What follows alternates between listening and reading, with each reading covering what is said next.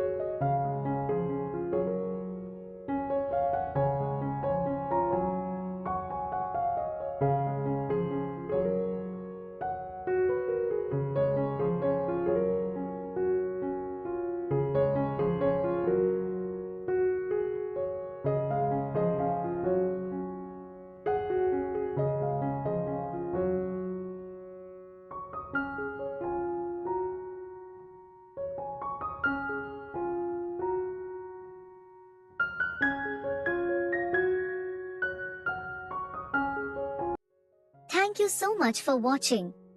Hope you enjoyed learning this trendy 3D honeycomb knitting pattern.